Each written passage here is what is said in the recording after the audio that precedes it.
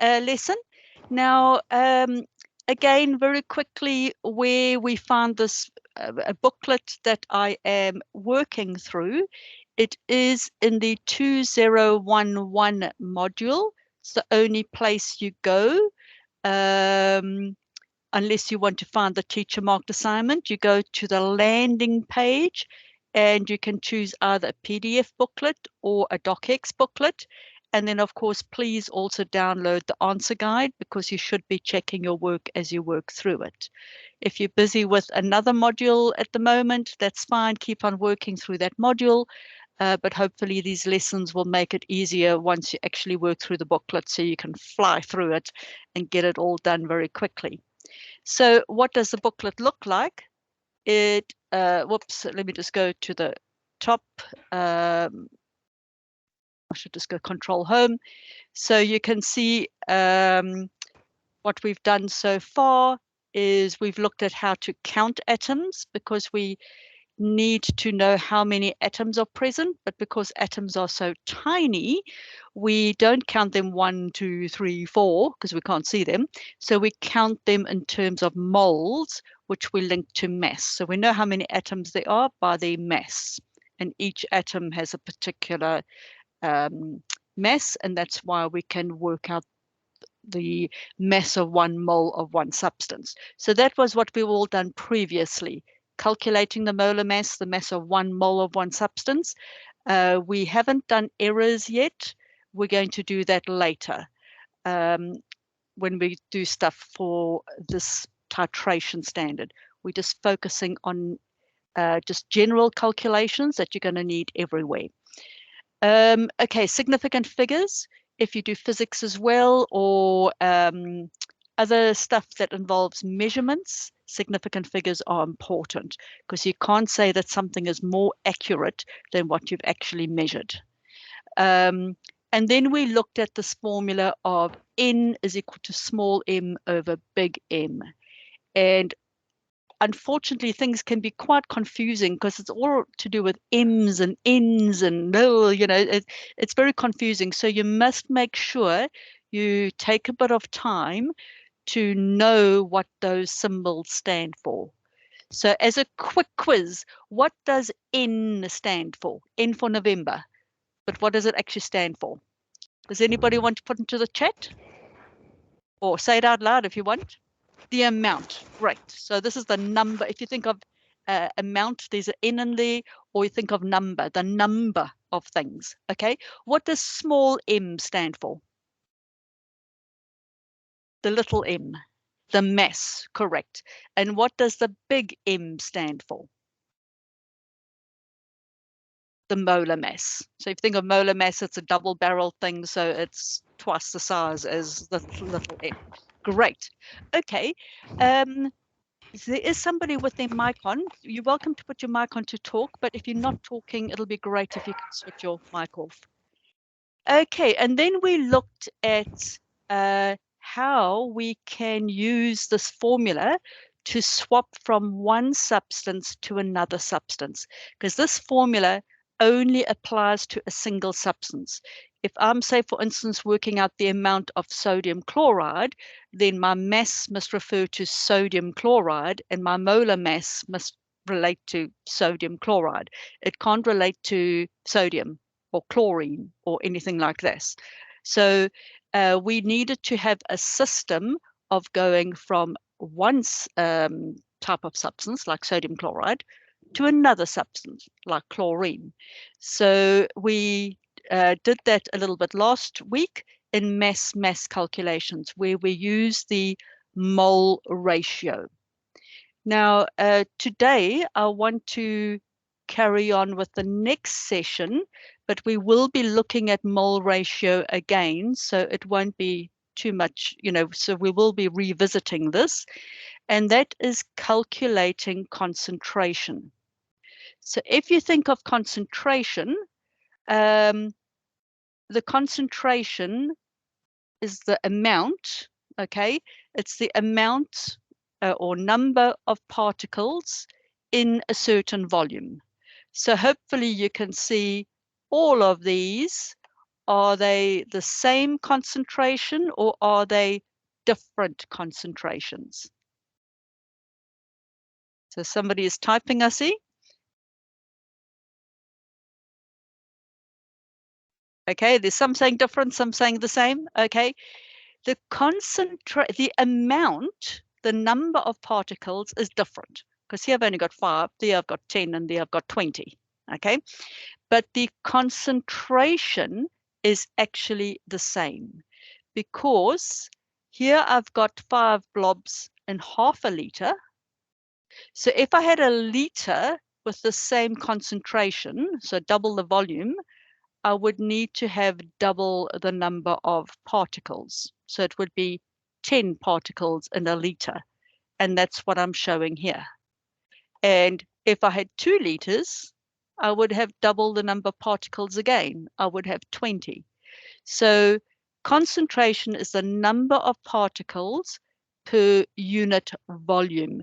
So we can come up with a formula, if I just go over here, of C, which is going to be our symbol for concentration, is equal to my number of particles, and we've already come across the amount or number of particles. Okay, that's the amount.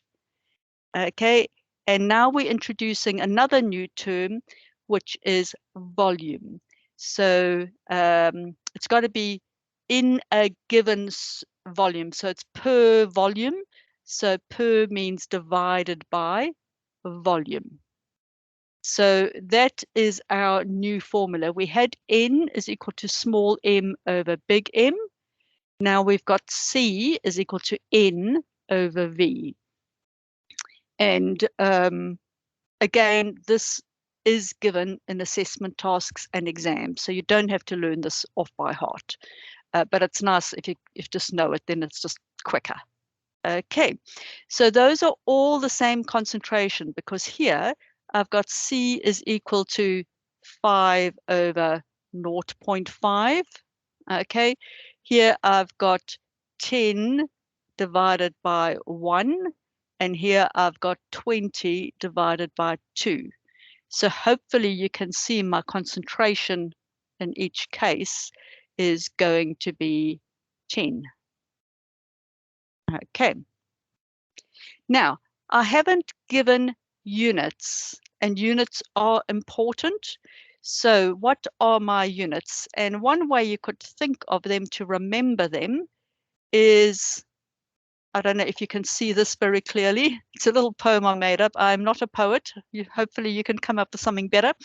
Okay, volume, amount, and mass have units without a dash. So none of this to the -1 or something. So they are just simply liter, mole, and gram. So the unit of volume is liter, the unit of amount is mole, and the unit of mass is gram. So learn these as soon as you can. That's just to try and rhyme gram and can. But molar mass and concentration have ideas above their station, double-barreled, not repeated. So they've got 2 things in it. It's not just grams, liters, or moles. It's gram per mole. It's got that little dash in it there, okay? And this is mole per liter. So that may help you try and remember the units, because if you get given a whole mass of figures and you get told to calculate something, by knowing the unit, you know straight away that this must be molar mass. And if you look at that, then you know that this must be concentration. And if you saw a liter, then you know that this must be a volume. And if you saw mole, then you know it must be amount. And if you saw a G, because this would be abbreviated to G, then you know that that must be mass. So knowing the units really helps you work out what those figures mean. And then even if you didn't know what you were doing, you would just shove them in these equations and spit out an answer, and you would be correct very likely. Okay, so units are really important. Sorry, I'm stressing that a bit. So let's now see how we can do this. So if I just go down a bit, there is a video there if you want to watch, and a way to perhaps remember if you wanted to learn the formula is think of C for carrot. What does a carrot look like? A round end with a V at the bottom. If you can grow nice carrots, so it's amount over a volume, N over V. Okay, so here's an example, and let's actually leave this one and we'll just go to the first. Right, sorry, I forgot. The unit, as I was stressing, was liters. But when we're in the lab, we don't slosh big liter bottles around. We tend to use little conical flasks or little measuring cylinders. So we tend to work in the laboratory in milliliters. But when we do things in the equation, if we say C is equal to N over V, if our N is in mole and our V is in milliliter, then is our unit for concentration going to be mole per liter like it should, or is it going to be mole per milliliter? Which one do you think it'll be, this first one or the second one? If I left my units in milliliters, it would be the second one. It would be mole per milliliter. And that's not what I want. I want to have things in mole per liter. So one thing you have to do is always convert milliliters to liters. So that's going to be a standard thing. You will be given volumes in milliliters. I can tell you that right now. So the first thing you do is you convert the milliliters to a liter. Now, there's a number of different ways you can do that. I tend to, because we've all got calculators nowadays, so I tend to just simply say, right, as I've got here, if I've got 250 milliliters, now a milliliter is small, so I have to divide by 1,000 to get liters, because I'm obviously, if this is a 1 liter jar and I've only got 250 milliliters, then I'm not going to have 250,000 liters, am I? So can you see, to convert milliliters to liters, I don't multiply by 1,000, I divide by 1,000 to convert the smaller milliliters to the larger liter unit. So the easiest is in your calculator is to leave it as milliliters of 250 and then multiply by, I mean, you can do divide by 1,000, but multiply by 10 to the minus 3. Because in a lot of calculations, your volumes cancel out. So your 10 to the minus 3s cancel out. So that I use this method a lot, but you are welcome to always work it out exactly. Take the 250, divide it by 1,000, and then get it into liters exactly. And you can either do it like that, or you can do it in scientific notation like that. Notice that I had two significant figures. So my answers in each case are given to two significant figures. I've got two numbers there. Why is that 0 not significant? Why don't I count that 0? Does anybody want to have a go?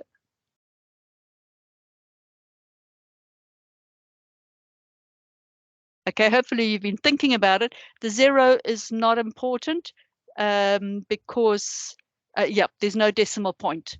So remember, any zeros after real numbers don't count unless there's a decimal point. And any zeros in front of real numbers don't count either. So even if there is a decimal point. So, I mean, if I say 0.00000, none of those count, and I only have now one significant figure. So practice making sure you know how to convert. As I say, I just simply add times 10 to the minus 3, And then in my calculator, I just say exponential 3 minus and carry on. And yep, but as long as you always take it into account. So let's now quickly work something out. So I've got to calculate the concentration. Now, the first thing you always do when you get given a question is work out, do I have one substance or two substances? So here I only have one substance because it's a solution of sulfuric acid. I've got no other solution given. I'm not adding anything to it. I'm just dealing with sulfuric acid. So all of these are sulfuric acid. Now you go, okay, I need to find out C. That is by the unit. I know that is N.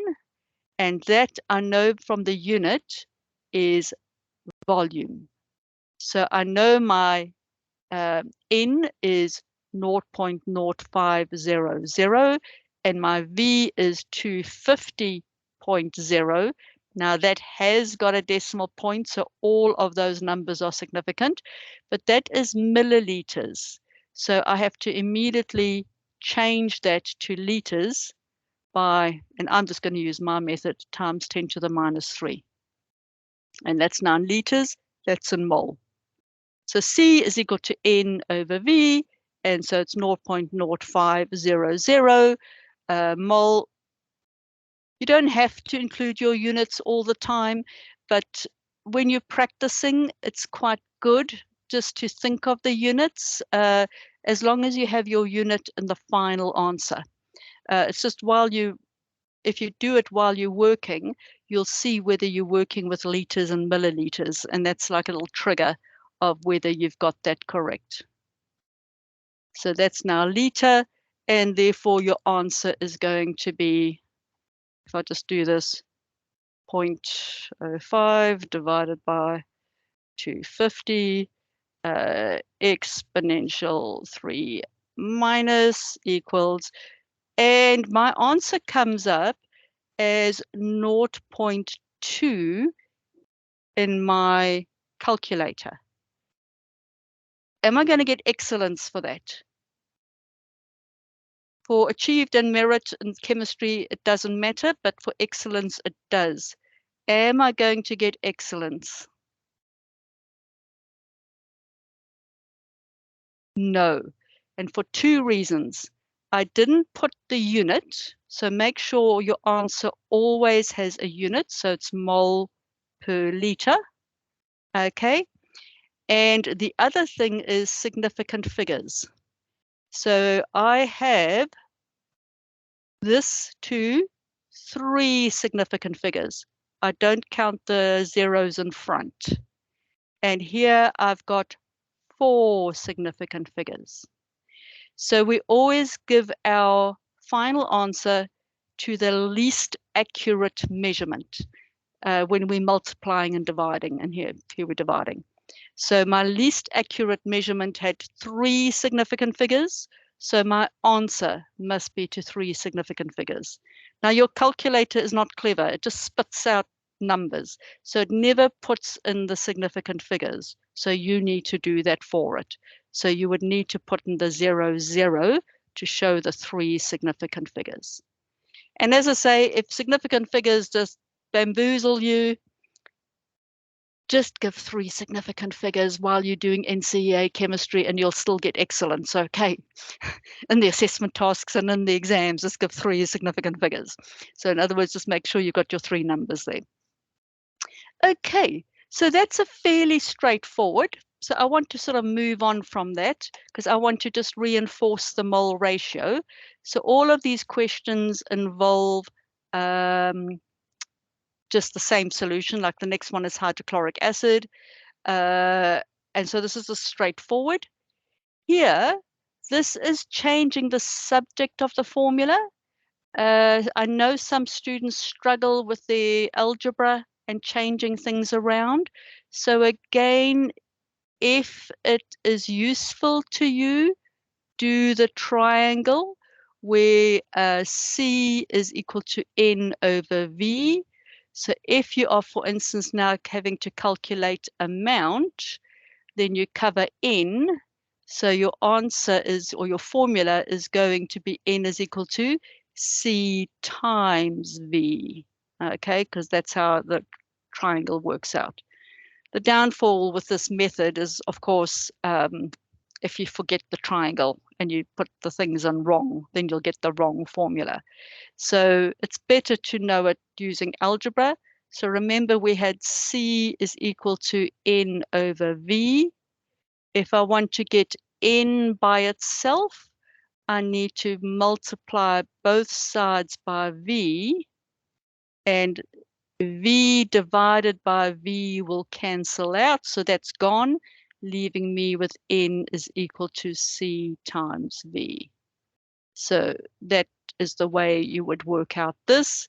And then you would put in the same things.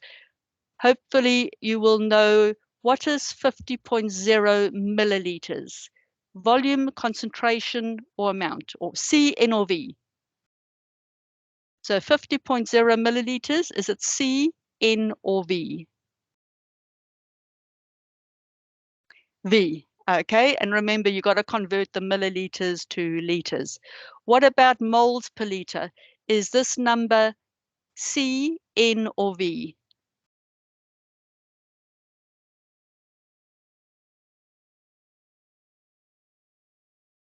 What do you think? That's why knowing your units is so important, because it just makes life so much easier. Yep, C. And amount, of course, is N. So we know our C is 0.25. So this is getting rather mucky. 0.250 moles per liter times V. So it's 50.0. And I just go times 10 to the minus 3. Okay.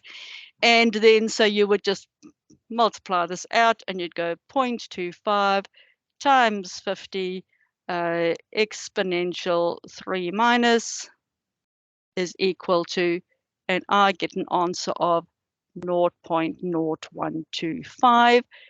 And it is nicely 3 significant figures, so I don't have to make any changes, but I do need to put my unit in, which is mole. So the unit for amount is always mole. Any questions with using the formula C is equal to N over V or variations of that? I mean, you will need practice. I don't expect perfection right away because that's why we have all those practice problems. But overall, do you think when you get to the booklet, you'd be able to work it?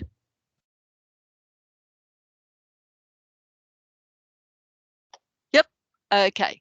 Right. So let's now look at what happens when we change things. Okay, I'm going to move that a bit. I'm going to do a dilution. Okay, I'm going to move that. I want just a dilution because I want to work there, dilution. This is now actually for the, you could have this in an exam, but it's more likely that'll be for the titration assessment task because you have to do a dilution. So this is though where, although you might be working with the same substance, you are working with 2 different solutions. You're working with your original concentrated solution, okay? And when you add water, then this solution is different to that solution, okay? They may be both, for instance, say HCl, but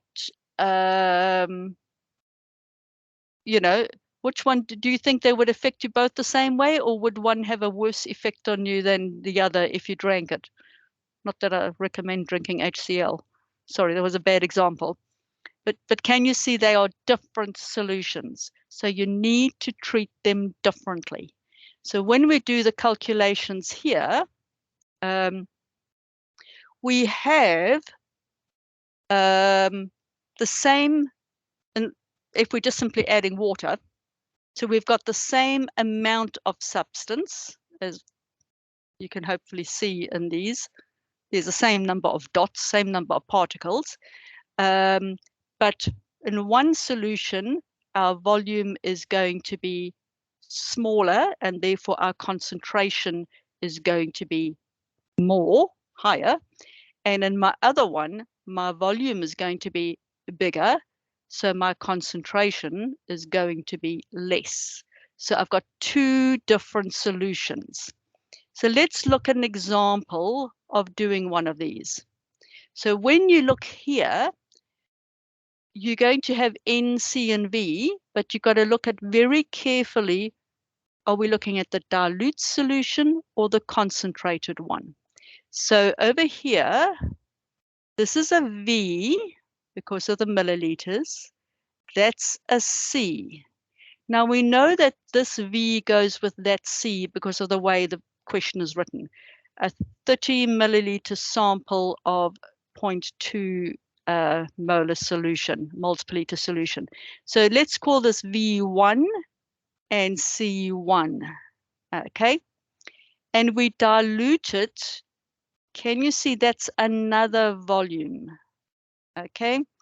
And it's a different volume to that, so we're going to call that V2.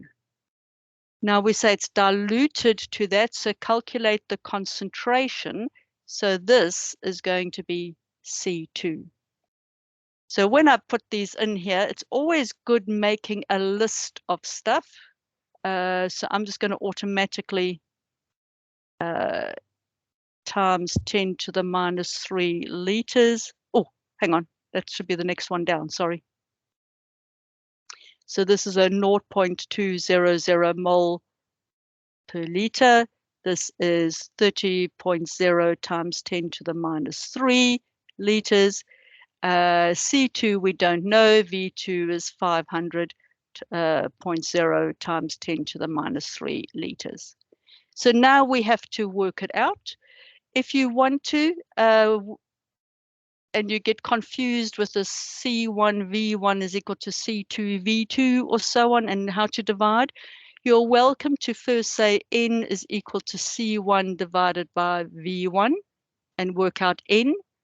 And then you can just say N is equal to C2 over V2. And you know that, therefore you know this, which therefore means you know that, and you're given that, and therefore you can work out C2. Otherwise, you can use the straightforward C2 is equal to C1 V1 all over V2. Okay.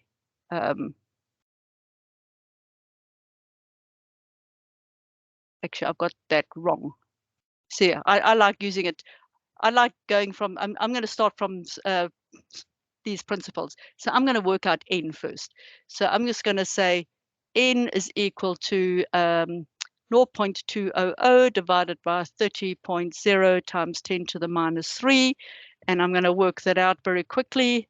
And I'm going to say 0.2 divided by 30 exponential 3 minus equals 6.67 mole. And then I'm going to say, therefore, C2 is equal to N times V2. And therefore, now I multiply it by that 500 times 10 to the 3 times 500 exponential 3 minus.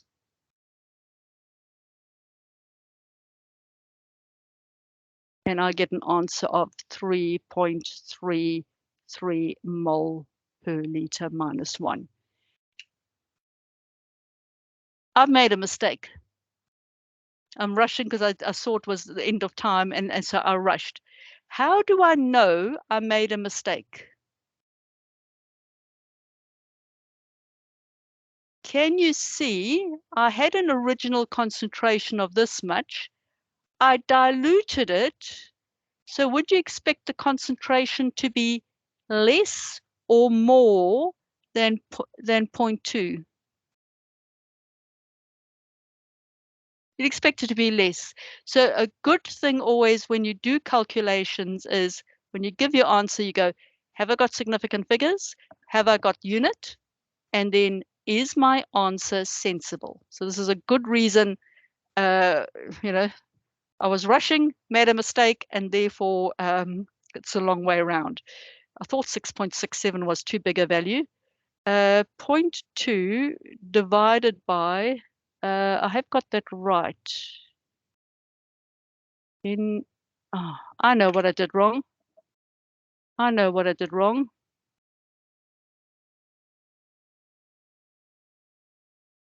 I used the formula N is equal to C1 over V1, and it should not, C is equal to N over V. Sorry, I have made a big mistake here. It's good that I made a mistake because hopefully now you won't do that. How's that? So N is equal to C times V, and therefore it's going to be 0.2 times 30 times 10 to the minus 3, and therefore C2 is equal to N divided by the 500 times 10 to the minus 3. So this is dragging on a little bit longer now. So let's go 0.2 times 30 exponential 3 minus, and that makes much more sense, is equal to 6.00 times 10 to the minus 3. So I now take that and divide it by 500 exponential 3 minus, and I get an answer now of not 3.3, but 0.012, and add the 0 at the end to make it 3 significant figures. And it's mole per liter. So there I was also trying to stress the 2 different solutions that you've got to be always aware of, just like last time you had to think of 2 different substances. As I say, in a way, it was quite good that I stuffed up there, because hopefully you won't make that same mistake, and you can see very quickly whether your answer makes sense or not. Any questions?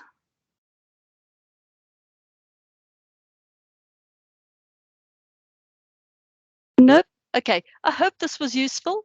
And so tomorrow, well, next week, I'm going to go back to do all those where we merge the mass, the 2 equations together. And then in the last week of term, we're starting to look at errors and titration experiments. We will carry on, I'm afraid, in term 2. I was hoping to try and get it finished this term. So see you next week. I'll stop recording now.